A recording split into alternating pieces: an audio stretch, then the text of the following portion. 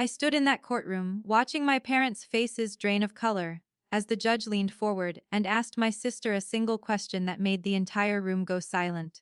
But let me back up, because what led to that moment started 3 years earlier, when I made a decision that tore my family apart, a decision they called vindictive, cruel, unforgivable, a decision that saved my life. My name is Rachel, and I need you to understand something right from the start. I wasn't always the black sheep. I wasn't always the daughter my parents looked at with disgust. There was a time when I believed family meant protection, when I thought blood was thicker than anything. My sister Vanessa taught me how wrong I was. We grew up in Portland, in one of those perfect suburban neighborhoods where everyone waves at each other and nobody talks about what really happens behind closed doors. My parents, David and Margaret, were the kind of people who cared more about appearances than reality. My dad worked in corporate finance. My mom ran a successful interior design business. Everything had to look perfect.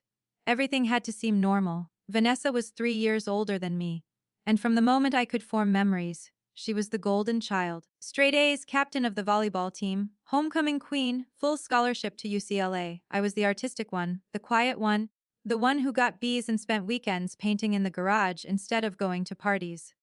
My parents never said I was the disappointment, but they didn't have to. The way they lit up when Vanessa walked into a room told me everything. When I was 15 and Vanessa was 18, something shifted.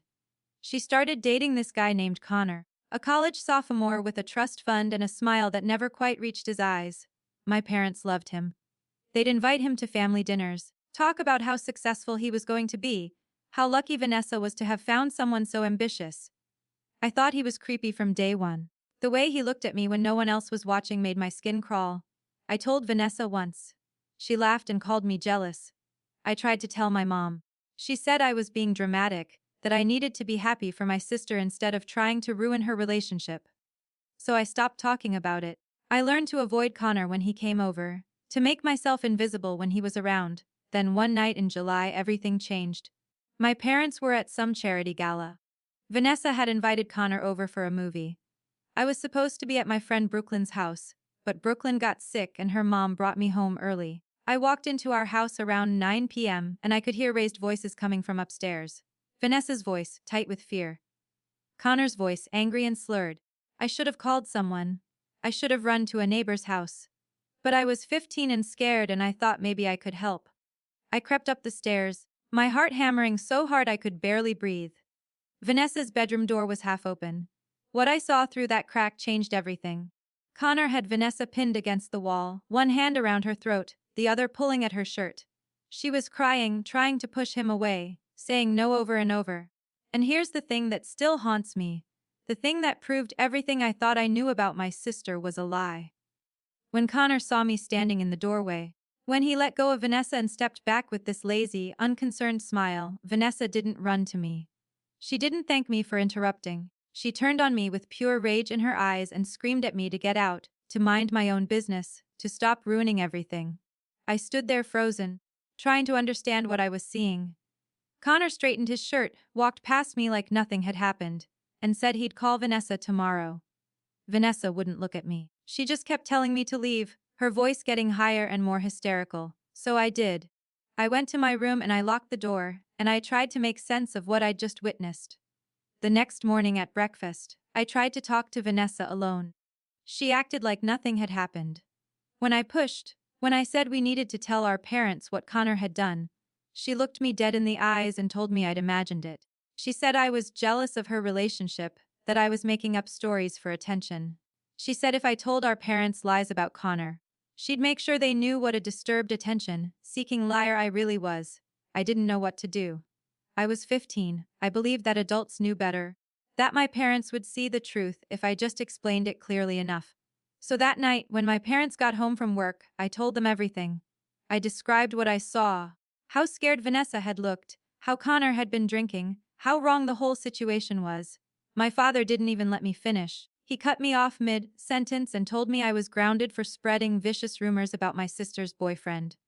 My mother looked disappointed but not surprised. Like this was exactly the kind of thing she'd expected from me. Vanessa stood behind them with this triumphant little smile on her face. She'd already told them her version. painted me as a jealous younger sister who couldn't stand to see her happy. I was grounded for 2 months. I lost my phone, my computer, my art supplies. My parents made me write an apology letter to Connor. They made me read it out loud to him, in our living room, while he sat there with that same creepy smile and accepted my apology, like some kind of gracious king forgiving a peasant. That was when I learned that the truth didn't matter in my family. Only the appearance of truth mattered. Only what my parents wanted to believe. Vanessa and Connor stayed together. He came around more often. My parents treated him like the son they never had, and I became invisible in my own house. The daughter who'd tried to sabotage her sister's happiness. The troublemaker who couldn't be trusted. But I started paying attention in ways I hadn't before. I started noticing things. How Vanessa would flinch sometimes when Connor touched her unexpectedly. How she'd wear long sleeves even in summer. How her laugh around him sounded different than it used to, forced and brittle. How she'd lost weight, how there were dark circles under her eyes no amount of makeup could hide. I tried to talk to her one more time, about 6 months after that night. I caught her alone in the kitchen and I told her I knew something was wrong, that I wanted to help. That whatever was happening with Connor, she didn't have to protect him. She told me to stay out of her life. She said I'd already done enough damage. She said if I really cared about her, I'd stop trying to turn everyone against the person she loved. So I stopped trying. I focused on getting through high school, on staying out of everyone's way, on counting down the days until I could leave for college and never come back. I got into Oregon State with a partial scholarship for art. My parents didn't come to my high school graduation. They were in Los Angeles helping Vanessa move into her first apartment with Connor. College was freedom. For the first time in years, I could breathe. I made friends who actually listened when I talked. I dated a guy named Marcus who treated me like I mattered. I started painting again, really painting, not just going through the motions. I talked to my parents maybe once a month. Brief, awkward phone calls where they asked surface-level questions about my classes and told me about Vanessa's achievements. Then, 2 weeks before Christmas of my sophomore year, I got a call from a number I didn't recognize. It was 2 in the morning. I almost didn't answer. But something made me pick up. It was Vanessa. She was crying so hard I could barely understand her. She kept saying my name over and over, saying she was sorry, saying she needed help. In the background, I could hear Connor yelling, the sound of things breaking. I asked her where she was. She gave me an address in Seattle, where she and Connor had moved after graduation. I didn't think. I just got in my car and drove. 4 hours through the night, my hands shaking on the steering wheel, my mind racing through every possible scenario. When I got to the apartment building, Vanessa was sitting on the front steps in December cold, wearing pajama pants and a thin t-shirt, no shoes, no jacket. Her left eye was swollen shut. Her lip was split. There were bruises on her arms in the clear shape of fingerprints. I took her to the emergency room. The doctors documented everything, took photos, asked questions. Vanessa answered in a flat, dead voice. Yes, her boyfriend had done this. No, it wasn't the first time. Yes. She wanted to press charges. And then, after the doctors left, she looked at me and said the words that still echo in my head. She said, "You were right. You tried to tell me 3 years ago and I didn't listen. You tried to warn everyone and I made them think you were crazy. This is my fault. All of it is my fault." I held my sister while she cried, and I felt something inside me break and reform into something harder. This wasn't her fault. It was Connor's fault for being an abuser. It was my parents' fault for choosing to believe a lie, because it was more convenient than the truth. And maybe, in some small way, it was my fault too, for giving up, for stopping trying to help her. The next morning, I called my parents. I told them what had happened, where we were, what Connor had done. My mother's first words weren't asking if Vanessa was okay. Her first words were asking what Vanessa had done to provoke him. My father said we needed to think carefully before doing anything rash, that Connor came from a good family, that maybe this was just a misunderstanding that got out of hand. That was when I knew. They were going to choose Connor. They were going to find a way to make this Vanessa's fault. My fault, anyone's fault but the golden boy they'd welcomed into our family. So I made a decision. I told Vanessa we were going to the police. She hesitated. She said our parents would never forgive us. I told her our parents had stopped being real parents a long time ago. We went to the police station together. Vanessa filed a report. They arrested Connor that afternoon. My parents drove to Seattle the next day, not to check on Vanessa, not to apologize, to tell us we were ruining Connor's life over one mistake. that we needed to think about his future, his family, his reputation. My mother actually said that Vanessa should have been more careful about making him angry. My father said I'd probably encourage Vanessa to blow this out of proportion because I'd always been jealous of their relationship. I lost it. Years of swallowing my words. Years of being the invisible daughter. Years of watching my sister suffer while my parents played pretend. It all came out. I told them exactly what I thought of them. I told them they'd failed as parents. I told them they'd chosen a violent stranger over their own daughters. I told them they made me sick. My father told me I was vindictive. He said I'd always been spiteful and jealous, and now I'd finally found a way to destroy Vanessa's happiness. My mother said I was tearing the family apart. They left. They didn't take Vanessa with them. They didn't even hug her goodbye. Vanessa stayed with me for the next few weeks. Connor's family hired expensive lawyers. They tried to get the charges dropped, claimed it was a lover's quarrel that got out of hand, said Vanessa was being manipulated by her vengeful younger sister. The prosecutor told us these cases were hard to win, that we needed to be prepared for the possibility that Connor might walk away with nothing more than anger management classes. But then something unexpected happened. Two other women came forward, women Connor had dated before Vanessa. Women who'd been too scared or too ashamed to report what he'd done to them. Suddenly the prosecution had a pattern. Suddenly this wasn't just one incident that could be explained away. The case went to trial 8 months later. My parents didn't come. They'd stopped speaking to both of us entirely. They told extended family members that Vanessa had a breakdown, and I'd convinced her to make false accusations. Some relatives believed them. Others quietly reached out to offer support, but asked us not to mention it to David and Margaret. The trial was brutal. Connor's lawyers tried to paint Vanessa as unstable, vindictive, a scorned woman making up stories. They brought up the fact that she'd defended him for years, that she'd told people, including her own family, that nothing was wrong. They suggested she was lying now to cover up the embarrassment of a failed relationship. But the other women testified. The medical records didn't lie. The photos of Vanessa's injuries, of the bruises on the other women, they told a story that was hard to deny. And then came the moment that changed everything. Connor's lawyer put Vanessa on the stand for cross-examination. He was aggressive, trying to confuse her, trying to make her contradict herself. He kept asking why she'd stayed, why she'd defended Connor to her family, why she hadn't left the first time he hurt her. Vanessa was struggling, getting flustered, her voice shaking. Then the judge did something unusual. He stopped the cross-examination. He looked directly at my sister and asked her one simple question. He said, in your own words, without the lawyers asking questions, "Can you tell me why you felt you couldn't leave?" The courtroom went completely silent. Vanessa took a breath. And then she started talking. She talked about how Connor had isolated her from friends who questioned their relationship. How he'd convinced her that his jealousy meant he loved her. How the first time he hit her, he cried and apologized and promised it would never happen again. And she'd believed him, because she'd invested so much in the relationship already. How each time got worse, but also came with more elaborate apologies, more promises.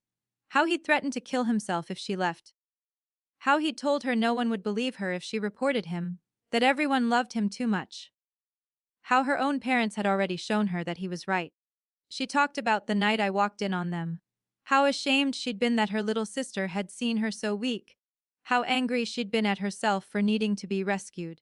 How she'd convinced herself that if she just tried harder, was better, was more perfect, he'd become the person he'd pretended to be in public. How she'd blamed me for interrupting what she told herself was just a rough patch, because it was easier than admitting the truth. She talked about the 2 years after that, the escalation, the fear that became her constant companion. How she'd wake up calculating what mood Connor would be in, what might set him off, how she could keep the peace. How she'd stopped painting, stopped singing, stopped doing anything that made her feel like herself, because those things made him feel threatened. How she'd become a ghost in her own life. And then she looked right at my parents, who'd shown up for closing arguments after ignoring the entire trial. And she said the hardest part was knowing that the people who were supposed to protect her had chosen her abuser over her. That her little sister had tried to save her and been punished for it. That she'd learned from her own family that maintaining appearances mattered more than her safety. My mother started crying. My father looked like he'd been slapped. But they didn't leave. They sat there and heard every word. The jury deliberated for less than 3 hours. Guilty on all charges. Assault, battery, terroristic threatening. Connor got 6 years. It wasn't enough, not for what he'd done, but it was something. It was validation that we'd been telling the truth all along. Outside the courtroom, my parents tried to approach us. My father said they needed to talk, that we needed to work through this as a family. My mother said she understood now, that she was sorry. Vanessa looked at them with eyes that held no anger, no forgiveness, just emptiness. She said, "You called Rachel vindictive for trying to save me. You chose him over both of your daughters." The judge's question proved what she'd been saying for years. "I hope you can live with that." We walked away. We didn't look back. That was 3 years ago. Vanessa lives in Portland now, about 20 minutes from me. She's back in school, getting her master's in social work with a focus on domestic violence counseling. She wants to help other women the way she wished someone had helped her. She's dating someone new, a kind, patient guy named Trevor who knows her whole story and has never once made her feel ashamed of it. I finished my degree and I'm working as an art therapist. Turns out all those years of being the invisible daughter, of watching and noticing things others missed, made me good at helping people express what they can't put into words. My parents have tried to reconnect a few times, letters, mostly emails, messages through relatives. They've never fully apologized.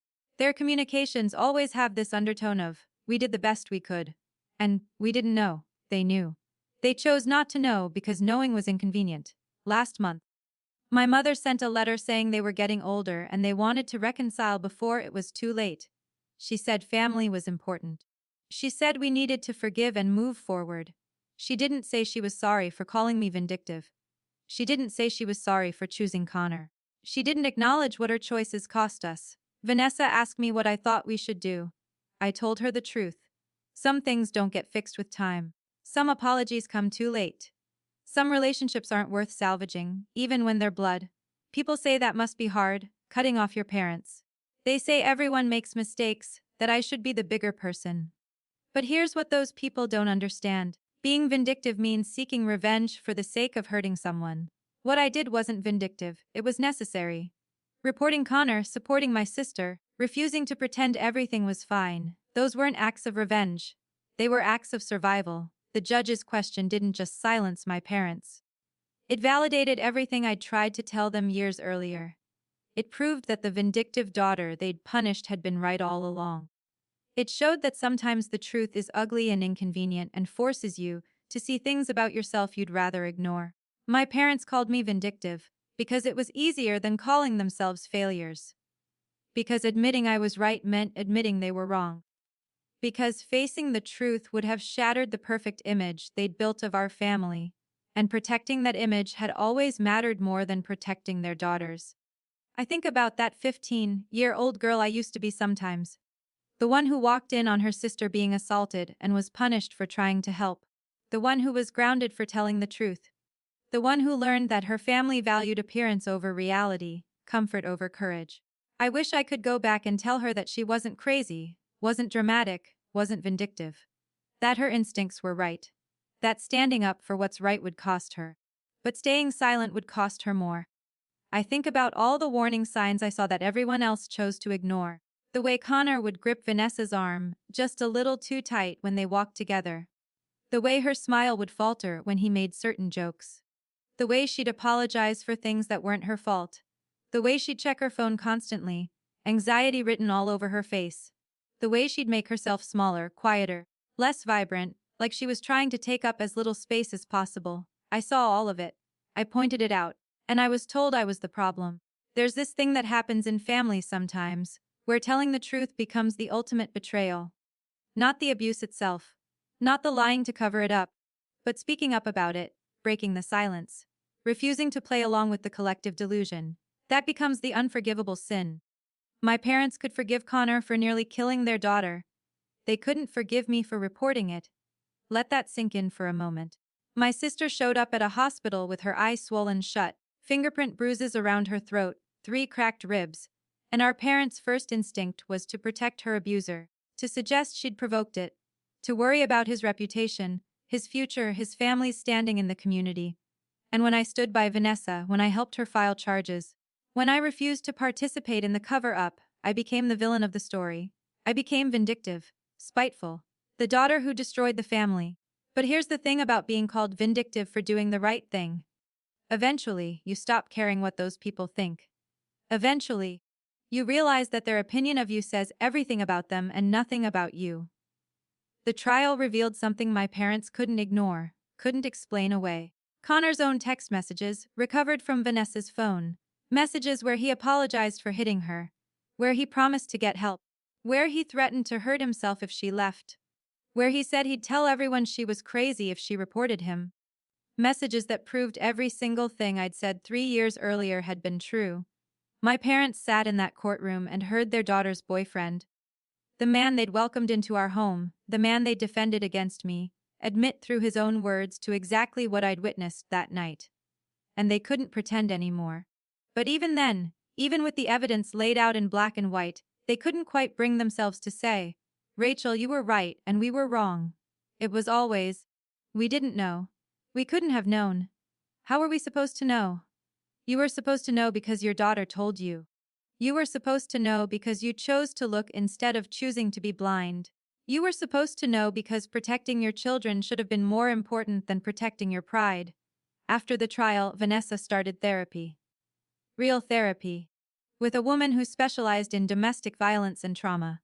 She worked through layers of pain I couldn't begin to understand. The physical wounds healed relatively quickly. The psychological ones took longer. There were setbacks. Panic attacks when she heard certain songs that reminded her of Connor. Nightmares that left her shaking and unable to sleep. Moments when she'd spiral into self-blame, convinced that she should have left sooner, should have fought harder, should have been stronger. I'd sit with her through those moments and remind her of something her therapist had said. You can't blame yourself for the choices your abuser made. You can't blame yourself for the choices your parents made. You can only control what you do now. And what we did now was build a new kind of family, not based on blood or obligation, but on choice and honesty. Vanessa and I, Trevor, my boyfriend Marcus, a small circle of friends who knew our story and loved us anyway. People who understood that sometimes the family you choose matters more than the family you're born into. We celebrated holidays together, just us. We created new traditions that didn't carry the weight of painful memories. Friendsgiving instead of Thanksgiving with people who'd rather we shut up about our trauma. New Year's Eve parties where we could talk about the future without anyone bringing up the past we should forgive and forget. It wasn't always easy. There were moments when Vanessa would get sad around Mother's Day or when I'd see fathers and daughters together and feel this complicated mix of anger and grief. We'd lost something, even if what we'd lost was never as good as we'd believed it was. But we'd also gained something. We'd gained the freedom to live authentically. To surround ourselves with people who valued truth over appearances. To build lives that didn't require us to diminish ourselves to make others comfortable. Marcus asked me once if I ever regretted reporting Connor, if the cost of losing my parents was worth it. I didn't even have to think about my answer. The alternative was watching my sister die, either literally or spiritually, and doing nothing. The alternative was becoming complicit in my own way, choosing silence over action, comfort over courage. The alternative was living the rest of my life knowing I could have helped, and didn't. Some things are worth the cost. Some hills are worth dying on. This was mine. Vanessa got asked the same question by meaning relatives who thought reconciliation was always the answer. They'd say things like, "Don't you miss having parents? Don't you want your kids to know their grandparents someday? Isn't family worth fighting for?" And Vanessa would say, "I fought for my family. I fought for my sister who tried to protect me when I was too scared to protect myself. I fought for the truth when everyone wanted me to lie. I fought to hold my abuser accountable when it would have been easier to stay quiet." That's fighting for family. What our parents did wasn't fighting for family. It was fighting for image. And I'm done pretending those are the same thing. The letters from our parents continued sporadically. Always the same themes. We're getting older. Life is short. We should let bygones be bygones. We did the best we could with the information we had. Maybe we made mistakes, but we always loved you. But love isn't supposed to look like choosing your daughter's abuser. Love isn't supposed to sound like calling your child vindictive for telling the truth. Love isn't supposed to feel like abandonment in your darkest moment. What they called love was conditional. Contingent on our compliance, our silence, our willingness to maintain the illusion of the perfect family.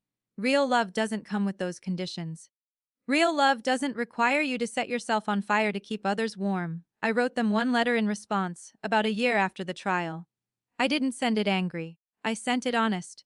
I told them exactly how their choices had affected me.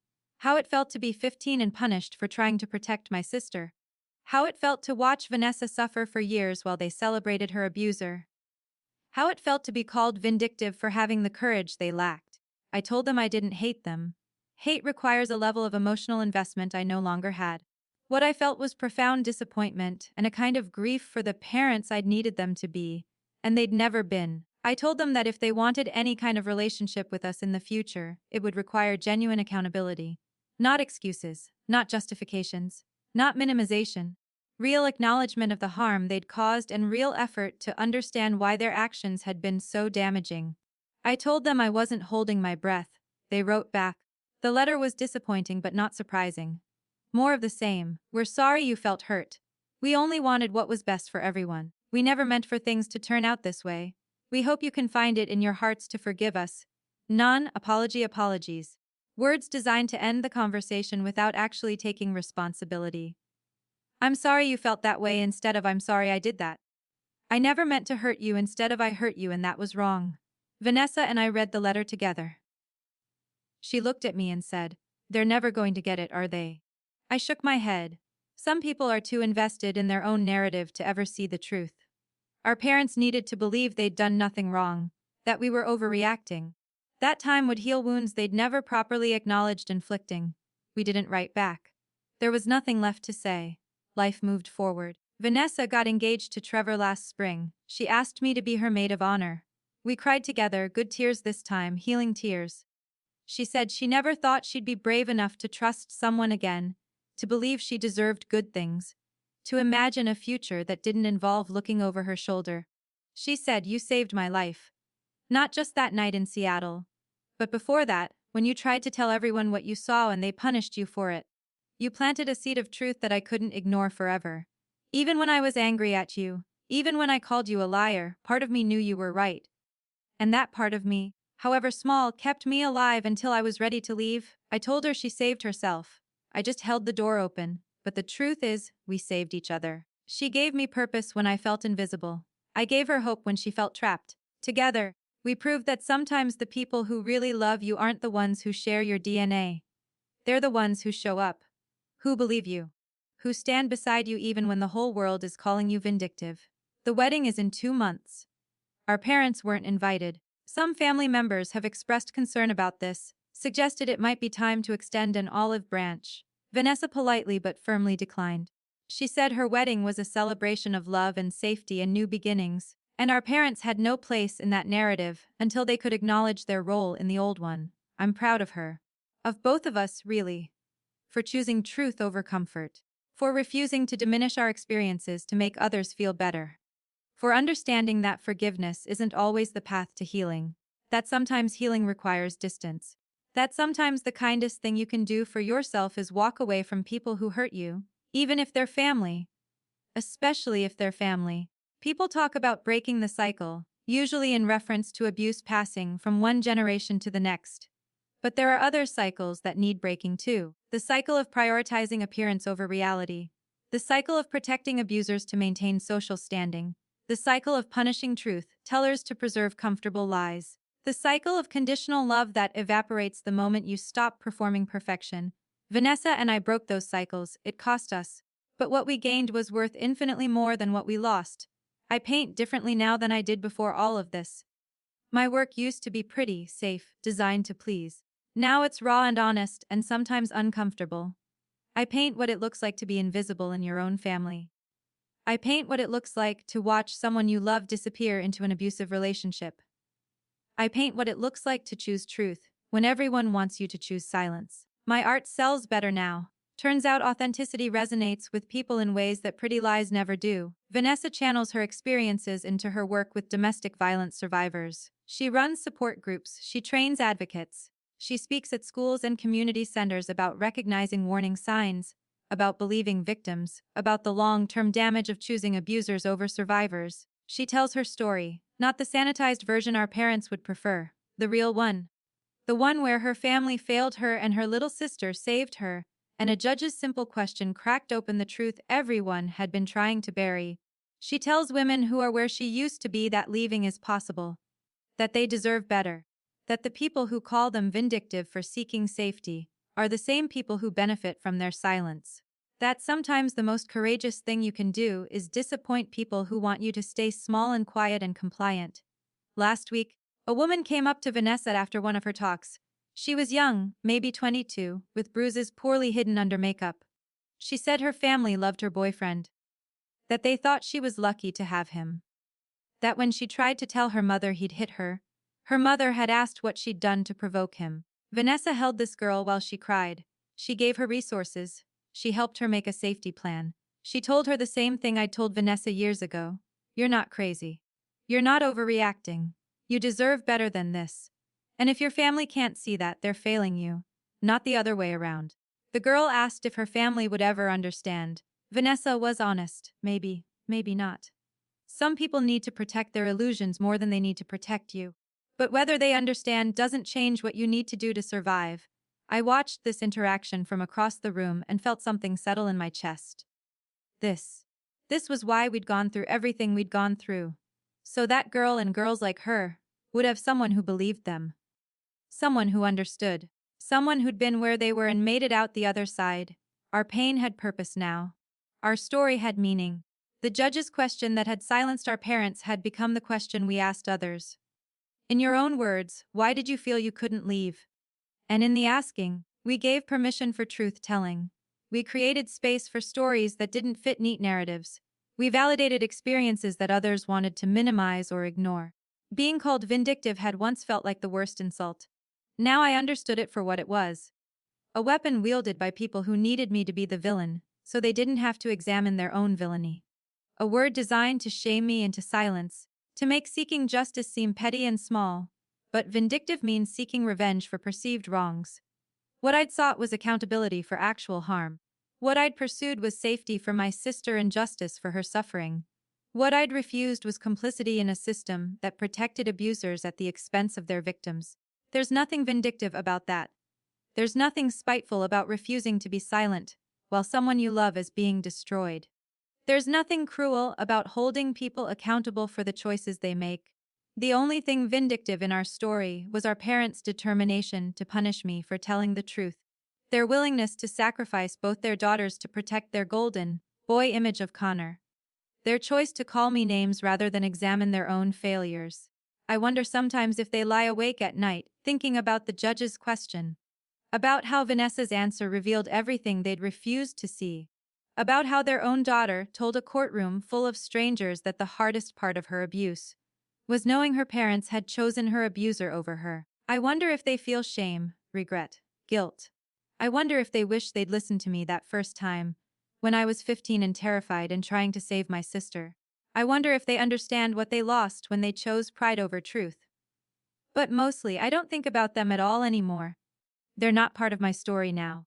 They're a cautionary tale I share with my art therapy clients.